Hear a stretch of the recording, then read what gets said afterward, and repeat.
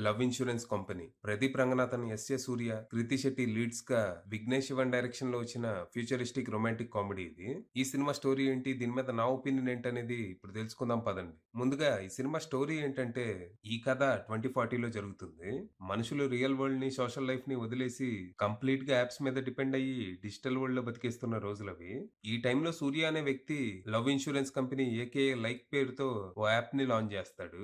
మనుషులు ఎప్పుడు ఎవరిని ఎలా ఎంత ప్రేమించాలి, ఏ టైంకి విడిపోవాలని ఈ యాప్ సజెస్ట్ చేస్తూ ఉంటది. ఆటోమేటిక్ గా జనాలంతా తమ ఫీలింగ్స్ ని పక్కన పెట్టేసి ఈ యాప్ మాయలో పడి తమ పార్ట్నర్ ని వెతుక్కోవటం మొదలు పెడతారు. ఇలా కంప్లీట్ గా డిజిటల్ వరల్డ్ కి, లైక్ యాప్ కి బానిసగా మారిపోయిన మన హీరోయిన్ ధీమా తన లైఫ్ పార్ట్నర్ ని వెతుక్కునే పనిలో ఉంటది. ఈ టైంలో ఫోన్లకి, యాప్లకి దూరంగా ఆర్గానిక్ వరల్డ్ లో పెరిగిన మన hero vibe Vasu first sight లోనే ధీమాని ఇష్టపడతాడు. అయితే ఫోన్ లేకపోతే ధీమాతో ఒక మాట కూడా మాట్లాడలేమని అర్థమయ్యి తప్పనిసరి పరిస్థితుల్లో మనోడు కూడా ఫోన్ కొని లైక్ లో మెంబర్ గా జాయిన్ అవుతాడు.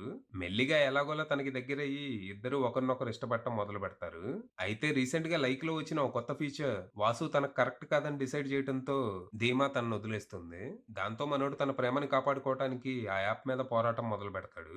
ఏ యాప్లు, ఆల్గరిథమ్స్ ప్రేమని అంచనా వేయలేవని ప్రూవ్ చేయాలనుకుంటాడు.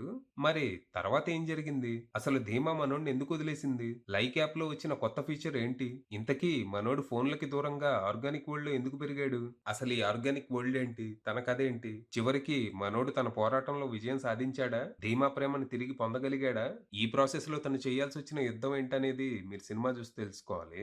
ఇక ఈ సినిమా ఏదో కాసేపు టైం పాస్ అనిపించింది. కాన్సెప్ట్ అయితే బ్రిలియంట్ ఉంది గానీ, ఎగ్జిక్యూషన్ మాత్రం చాలా మెస్సీగా, ప్యాచీగా అనిపించింది.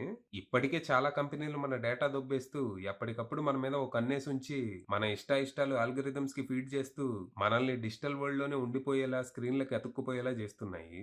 ఇక ఫ్యూచర్ లో మన లవ్ లైఫ్ ని కూడా ఆల్గరిథమ్సే డిసైడ్ చేయడం మొదలు పెడితే పరిస్థితులు ఎలా ఉంటాయనేది ఇందులో చూపించాలనుకున్నారు. కానీ ఈ ఐడియాని సర్ఫేస్ లెవెల్ దాటి డీప్ గా, ఎమోషనల్ గా ఎక్స్‌ప్లోర్ చేయటంలో పూర్తిగా విఫలమయ్యారు. సినిమా ఫస్ట్ అరగంట చాలా చిరాగ్గా అనిపించింది. ఆ కాన్సెప్ట్ ని, ఫ్యూచర్ సొసైటీని పరిచయం చేసిన విధానం చాలా లేజీగా, హాఫ్ బేక్డ్ గా ఉండింది. ఇక ఆర్గానిక్ వరల్డ్ అనేది సిల్లీగా అనిపించిందే తప్పితే కన్విన్సింగ్ గా అనిపించలేదు.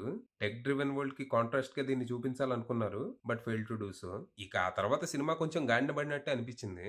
రాండమ్‌నెస్ పోయి స్క్రీన్ ప్లేకి ఓ ఫ్లో వస్తది. అలాగని సినిమా ఏదో ఎంగేజింగ్ గా మారిపోయిందని కాదు. అలా సాగుతదంతే. అంటే సెటప్ ఏమో ఫ్యూచరిస్టిక్. కానీ మనుషులేమో ఇప్పుడెలా ఉన్నారో ఫ్యూచర్‌లో గూడా అలాగే ఉంటారు.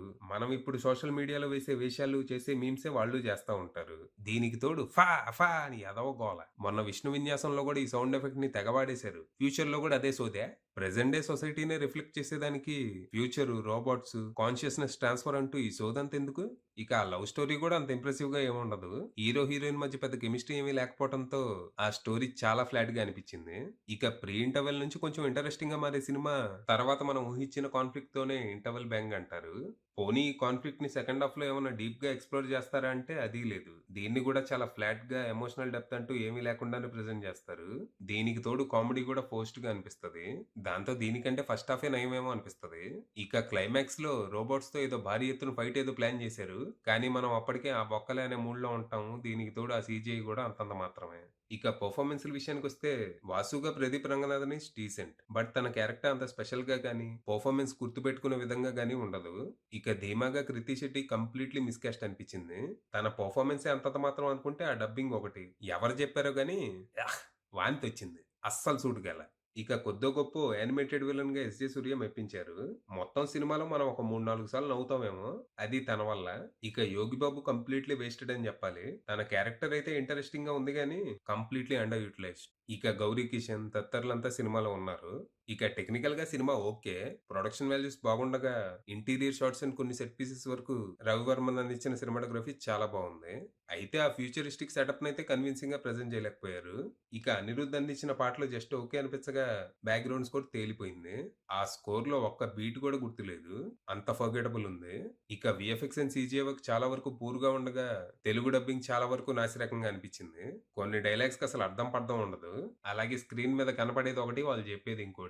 స్క్రీన్ మీదేమో కథ తమిళనాడులో జరుగుతుందంటారు. క్యారెక్టర్స్ ఏమో ఏపీ అని మాట్లాడుకుంటా ఉంటారు. ఏందో అది. ఇక ఎడిటింగ్ చాలా నాసిరకంగా ఉంది. కత్తెరకి చాలానే పని జెప్పాల్సింది. ఇక రైటర్, డైరెక్టర్ 'విఘ్నేష్ శివన్' విషయానికొస్తే ఆయన అనుకున్న కాన్సెప్ట్ అయితే బావుంది గానీ, పూర్ రైటింగ్ అండ్ అన్‌ఇమాజినేటివ్ అప్రోచ్ వల్ల పైన పటారం, లోన లొటారం అనే ఫీల్ కలిగింది.